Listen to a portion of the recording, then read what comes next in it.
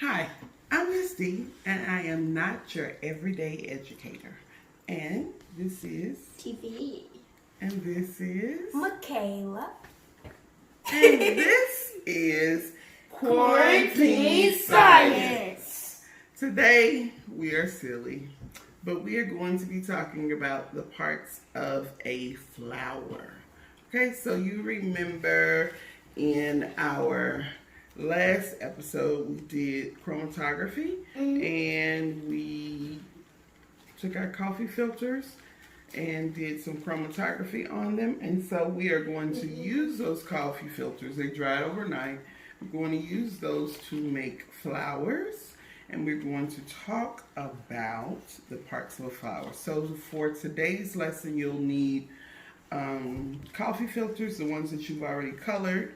We have some green tissue paper for part of our flower, some string, some pipe cleaners, and we're also going to plant some seeds. So we have our little cups here with our soil in them and our seeds. So you can gather those things and then we'll be ready.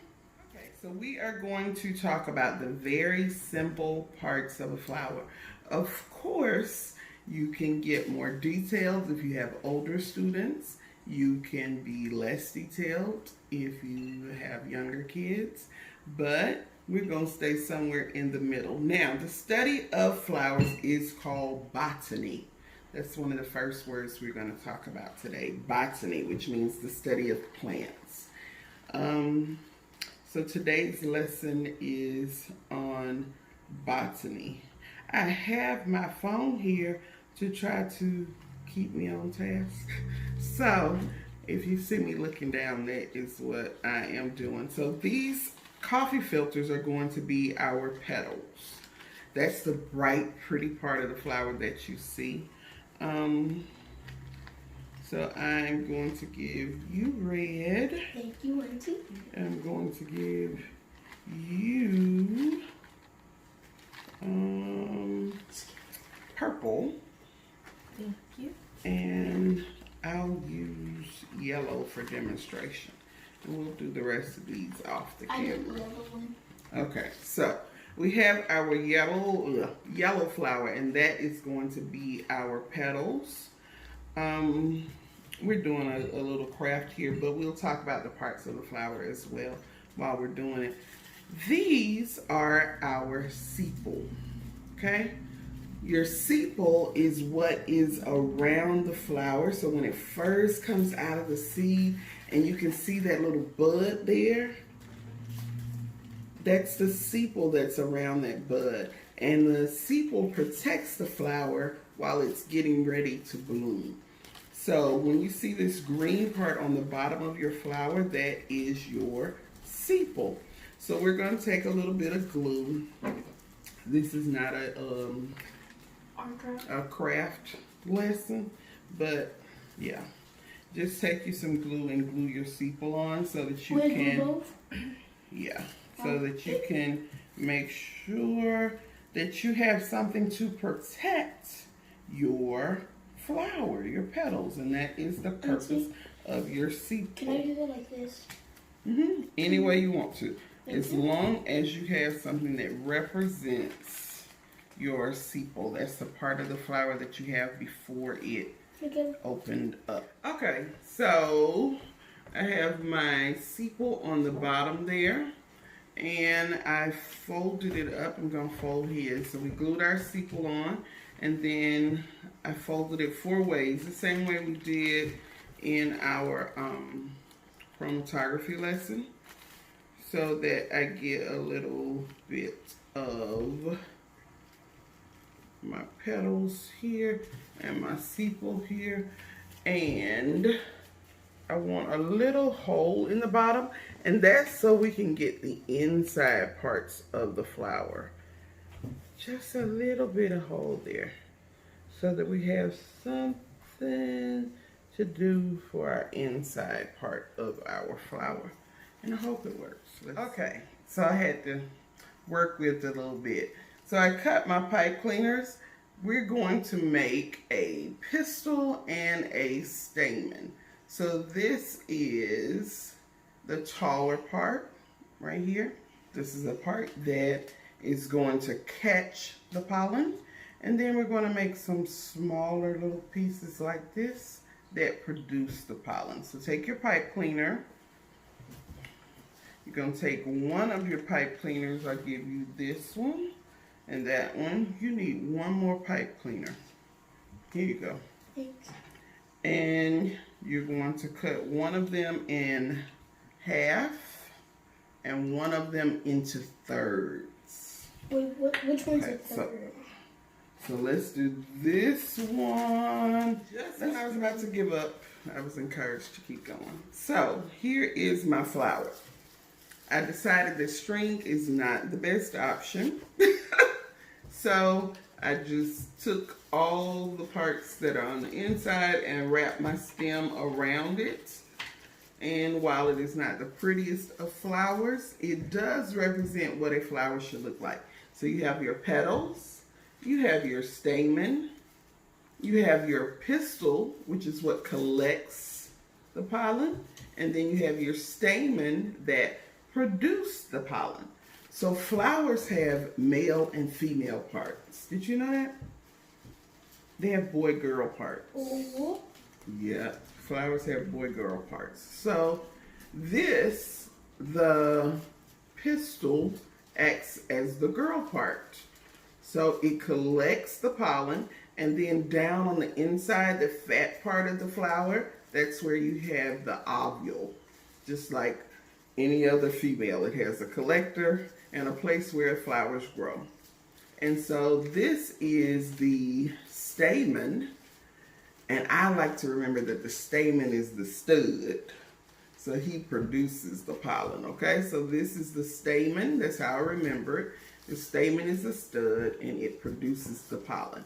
So this is where you get those sneezy allergies. They're right here on this part of the flower.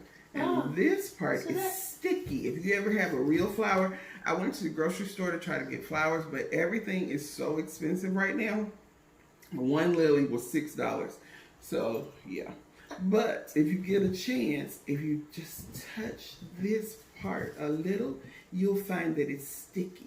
That's when the bees get the pollen. Yeah, it's sticky so that it can collect the pollen. So when the bees bring the pollen on their feet, then this part is sticky. Oh, also, no wonder I always get spring allergies. Every spring. Every spring, lots of pollen. There you go. It's going to get there. All right, so here we go. So this is where we started, and I got a little frustrated. So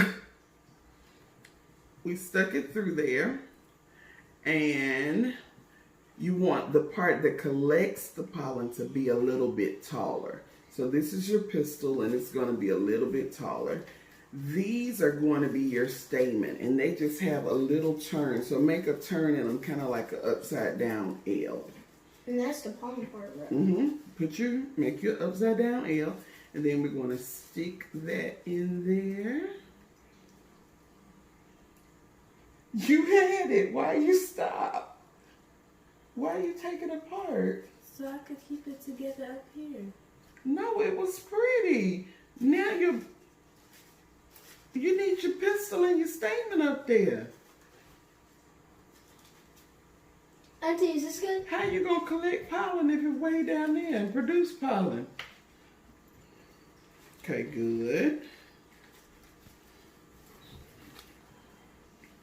And then give me your other piece. Make your L.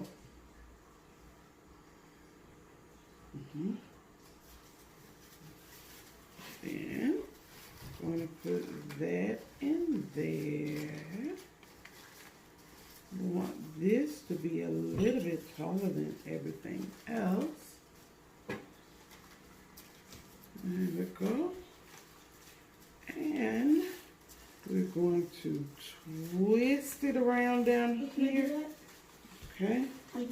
Turn them upside down. Twist them, twist them, twist them.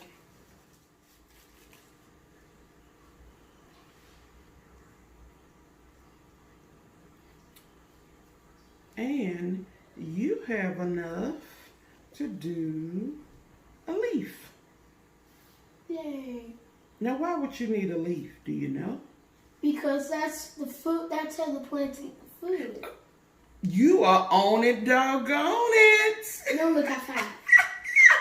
So it needs its leaves so that it can conduct photosynthesis and make its own food. Awesome, awesome. Okay, so these are our flowers. One more time, let's review our keywords. These are our petals, and they attract the birds and the bees. They're bright, so the birds and the bees will want to come and pollinate. This is our pistil. It collects the pollen. This is our stamen. Wait, where are you pointing? Our You stamen? pointing to yourself? That's how you get your allergies every year. Yes, they produce the pollen. Our stem and The our leaf leaf. that gives the plant food There you to have it. stay healthy. Okay, so we're going to plant our flowers right quick because our sun is setting on us. So, let's disregard. All right, so we are planting zinnias because that's what I like. If you look at the picture of the zinnia, then you'll see that it has those boy-girl parts as well. Here is where you have middle schoolers or your upper grades. You can have them to do some research on plant zones, what zone you're living in. We live in Georgia, so for us, It'll be we March through July. March through July. That's right. They have a little map on the back, a little July sheet is my guide. birthday month. So we're going to plant between March and July. We plant between March and July because they are assuming that it's after frost. But since we are growing ours on the inside, we're not worried about the season so much. We're going to leave these on the inside until after Easter or so. And we're gonna watch then them we're grow? going to, yep, we're going to watch them grow. Yay. And then we'll put them in the ground. So, you want to put your seeds in here. But Wait, we, so the of roots? course, because we're doing science, taking out my weeds, because I went and got these from outside. Is these for weeds? Yeah, just shake it. Shake it. All right, because this is part of our science lesson, we are going to put our cups in different locations. We're going to put one by the window. We're going to put one in a place that gets a little bit of sun, but not a lot. And then we're going to put one in a dark place.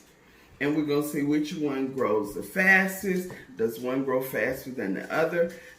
Again, it'll be just like that scientific method. We're trying different things to see which one grows the best. So, which one do you think is going to grow the best? The one by the window, the one in the dark, or the one that's kind of in between? The one by the window, because that's going to give more sun. But if it Okay. gets too much, it'll probably die. So, you And think the then the one one that's... with the middle, it'll probably just grow a little stronger. little The bit. one in the dark, it'll just be. Okay, so we're gonna measure it and we'll post it on Unless our you want it. Instagram, and then you can see Okay. how our flower is growing. So we just want to take a few seeds out because we don't want it to suffocate. Auntie, can you help me? Oh, and also, Here. this is a fun fact about plants. Seeds need room to grow. That's right. Here, use some of mine.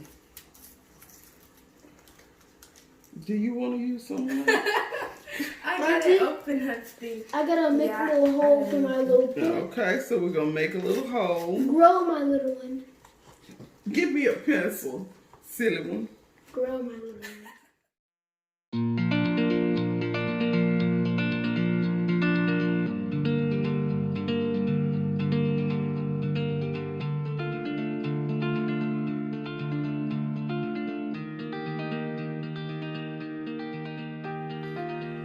We will see you on the next episode of Quarantine Science.